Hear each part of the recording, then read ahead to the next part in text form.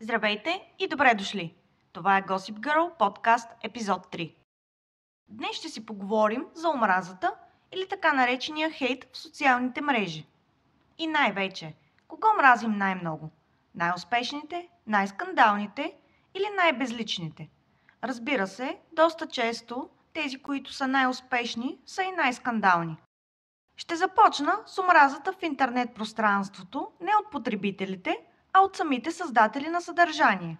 Миналата седмица Бачорски пуснаха поредното провокативно видео.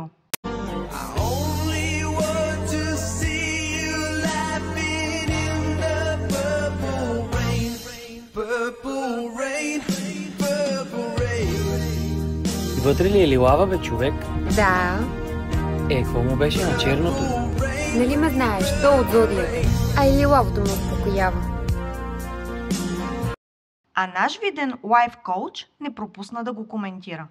Вижте части от него, а цялото видео можете да видите в профила му.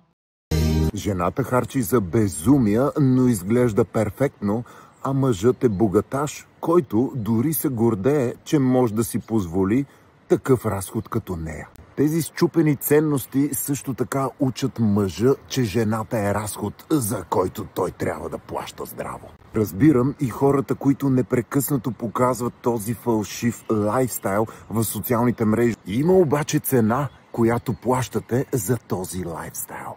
Първата цена е дългосрочна бедност. Втората цена, която плащате в дългосрочен план, е нещастие. Третата цена, която плащате, според мен е най-високата. И това са хората, които ви следват и искат да живеят този фалшив лайфстайл. Вие вкарвате хора в рат рейса или омагьосаната въртележка. Жената харчи за безумия, а мъжа е богаташ. Кой точно определя кое е безумие и кое не? Може би господин Тонкин? Мъж и е при това законен. Парите са общи. Изобщо няма да навлизам в историята им и как точно и какво се е случило. Как трябва да живеят богаташите, за да не ги мразим? Семпло, да не се показват, да не си купуват скъпи вещи. Точно Бачорски, според мен, са семейство, което не инвестира във вещи. Само колите са им скъпи. Ама нито една не е платена изцяло, а всичко е на лизинг. Техният бизнес и доходи са изцяло благодарение на социалните мрежи, а те не се крият, когато ходят в Турция за реплики. Рядко се купуват оригинали, а повечето дрехи в гардероба на Атанасия са колаборации. Защо господин Тонкин си прави съдържание базирано на едно клипче, което е направено с хумористична цел и няма нищо общо с съдържанието, за което той говори? Те учат младите момичета, че луксозната кола за 300 000 лева ги успокоява, че чантата за над 10 000 лева ги прави женствени и красиви, а часовникът за 25 000 лева ги прави желани и търсени. А защо женен мъж да не глези жена си? Как това показва на младите момичета, че ще са спокойни в кола за 300 000 лева? Защо успял човек да не се гордее, че може да си позволи да угоди на капризите на жена си? Защо младите момичета да не търсят мъж, който ги обгрижва и боготвори? А какъв трябва да търсят? Тип коментиращия господин, който не пропуска да се изтъкне като милионер. Но явно да купиш нещо на жена си е безумие. Истински богатите хора нямаме нужда от скъпи дрънкулки, с които да валидираме нашия статус пред другите. Той използва видеото, разбира се, за да си пробутва неговите измислени ценности и лайф коучинг, омръзнали ни до безобразие фрази.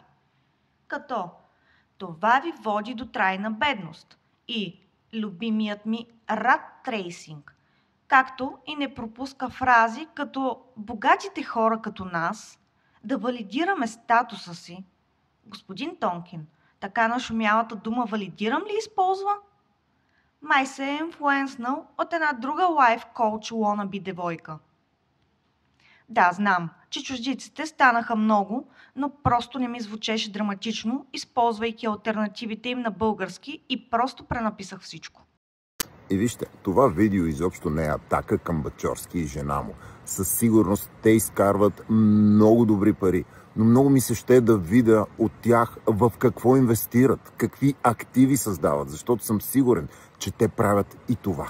Бачорски, предизвиквам те, покажи на хората това, което наистина правиш, защото аз всъщност мисля, че е смислено.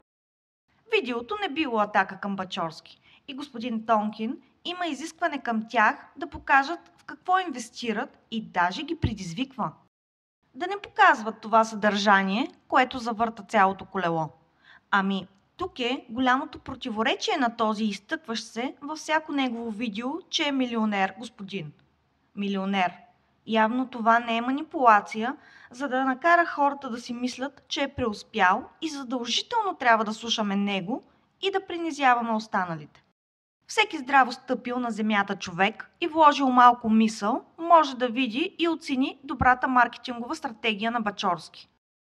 Той не се притеснява да се прави на клоун, не се притеснява да се излага, а напротив, даже набляга на това. Аудиторията търси скандала, търси присмеха, униженията, а не видеа за инвестиции. На Бачорски бизнесът цъфти. Плащат му безумни пари за реклама и на него, и на жена му. Те не спират да пътуват и да се забавляват. Защо да говори за инвестиции или господин милионер не може да преглътне факта, че на хората им е писнало някой да им казва какво да правят и да ги въртят в MLM схеми? Ще отворя скоба. Не всеки MLM е схема. Все пак, ако се огледаме, всичко е MLM. Хората искат да се разтоварят, да не слушат едно и също и нон-стоп новини, войни, инфлация, евро, катастрофи. И господин Тонкин, който говори само и единствено за пари, но съди хората, които ги изкарват и имат наглостта да се показват как ги харчат. И ето тук идва проблема. Мразим ги, защото имат, защото ни го натрапват или защото го живеят този живот сега.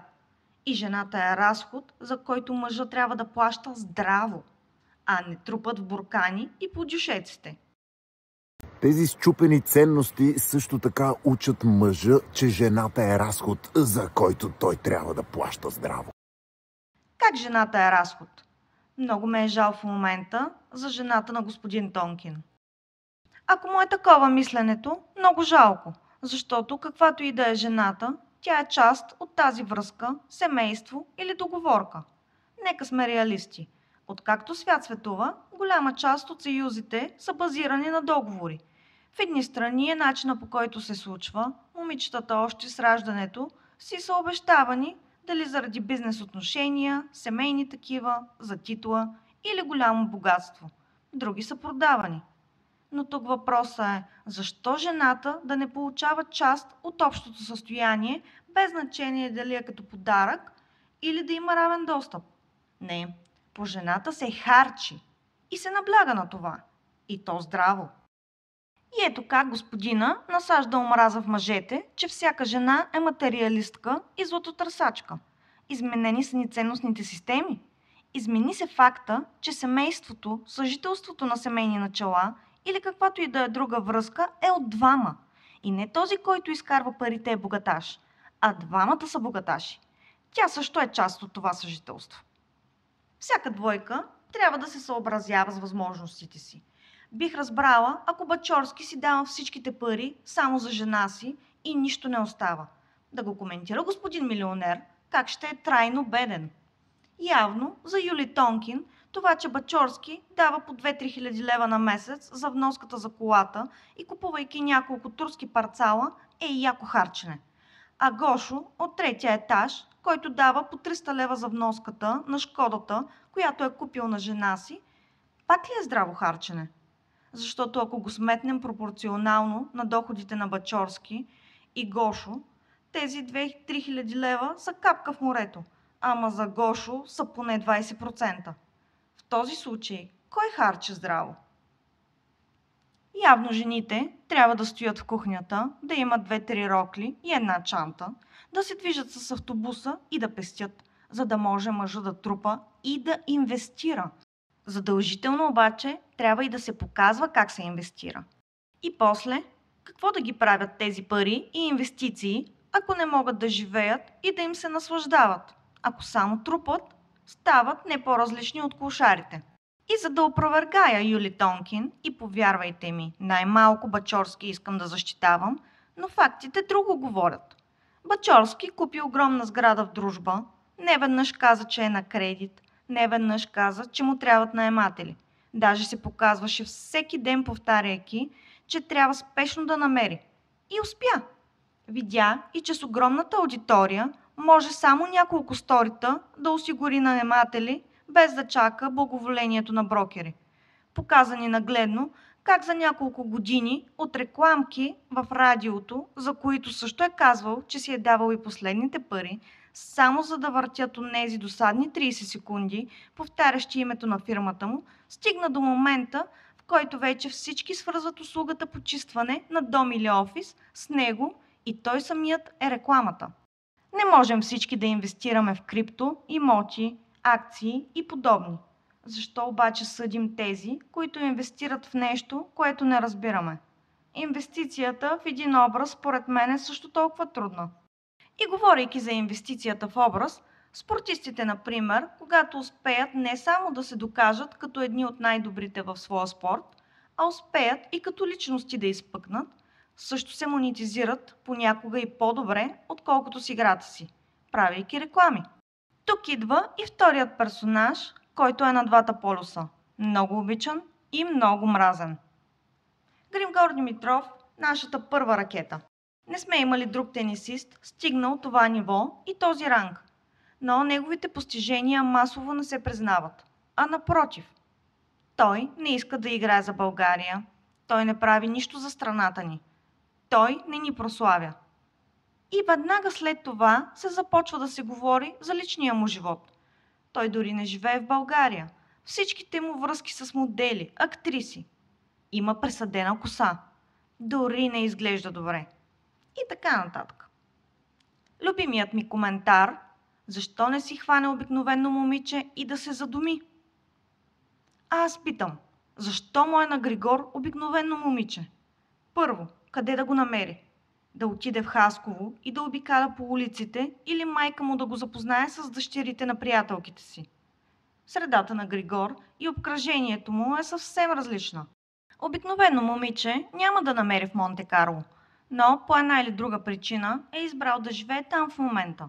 Освен това, как едно обикновено момиче ще се впише в средата му? Как това момиче ще стои до него на събитията, на които му се налага да ходи? Как това момиче ще успее да се впише в живота му като цяло? Или той да си ходи където трябва, а тя в Хасково да гледа децата?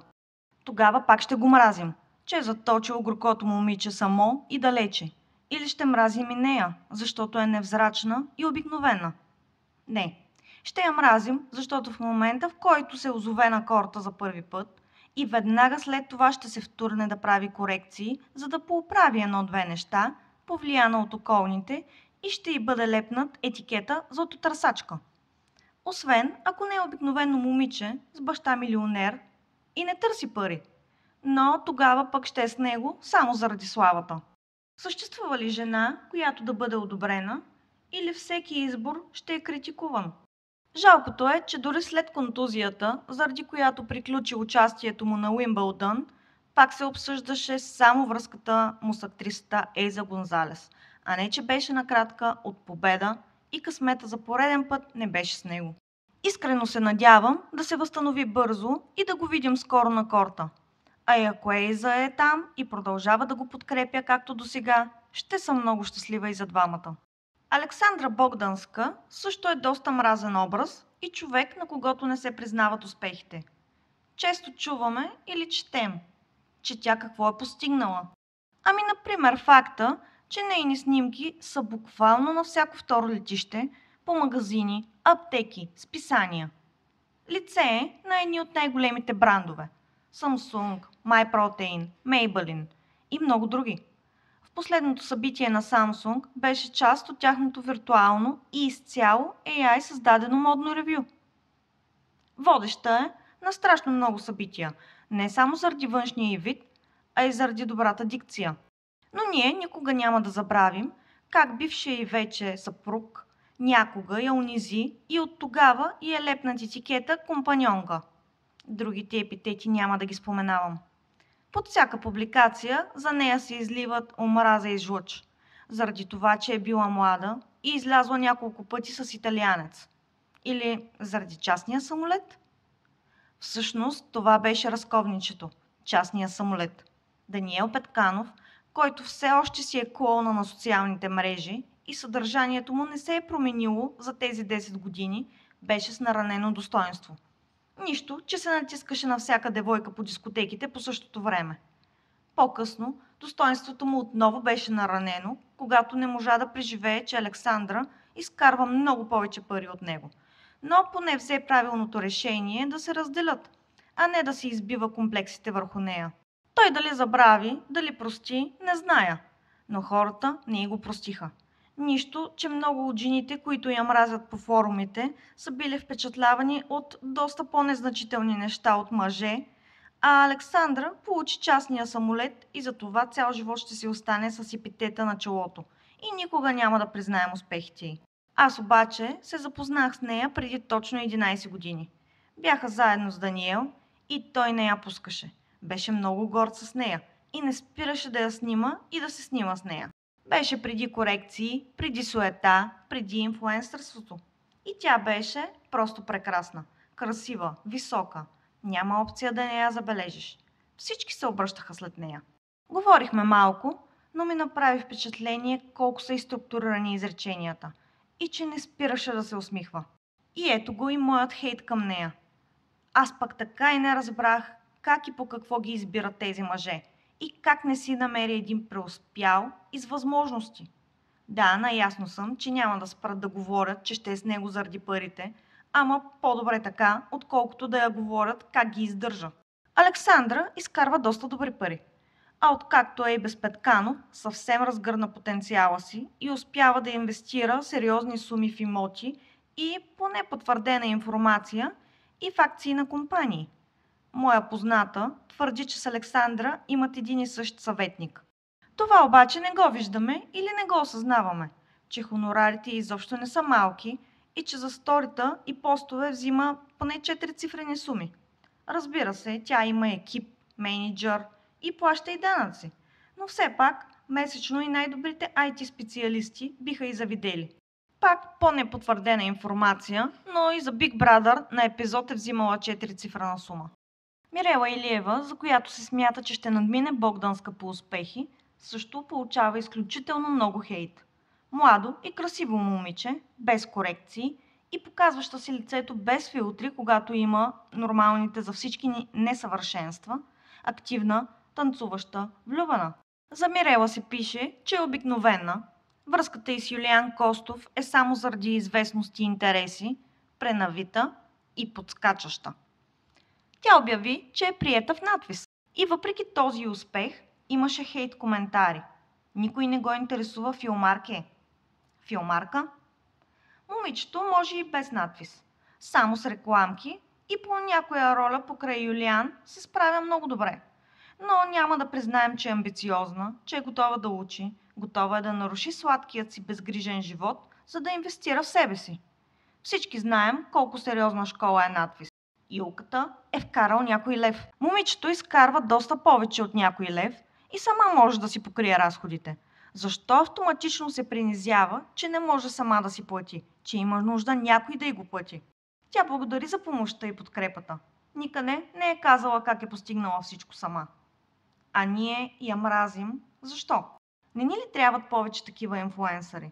Благодарящи на хората, подали им ръка, трудещи се и не спиращи да се усъвършенстват, а не снимащи само от дивана или от кухнята, показващи по 100 парцала на 50 бранда само за един ден и обясняващи, че с един курс, продаден от тях за Инстаграм растеж, ви е достатъчно за финансова свобода.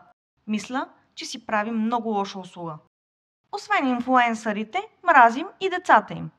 Често съм съгласна за много от нещата, които се пишат по адрес на хора от публичното пространство, но не мога да приема обсъждането и квалифицирането на деца като грозни, дебели, не спечелили от генетичната лотария и така нататък.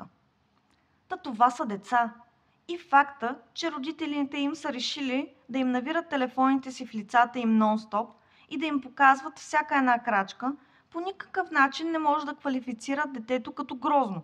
Или пък това, че им правят профили в социалните мрежи, когато са на един ден и се гордеят с тях, когато първите им думи са: абонирайте за канала, кликнете на камбанката, гледайте новите видеа. Чао на всички!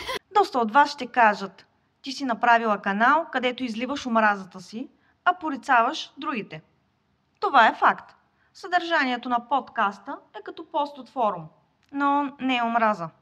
Със сигурност не е и градивна критика. Аз го приемам като обсъждане и изразяване на моето мнение. И да, знам, всички си изразяват мнението.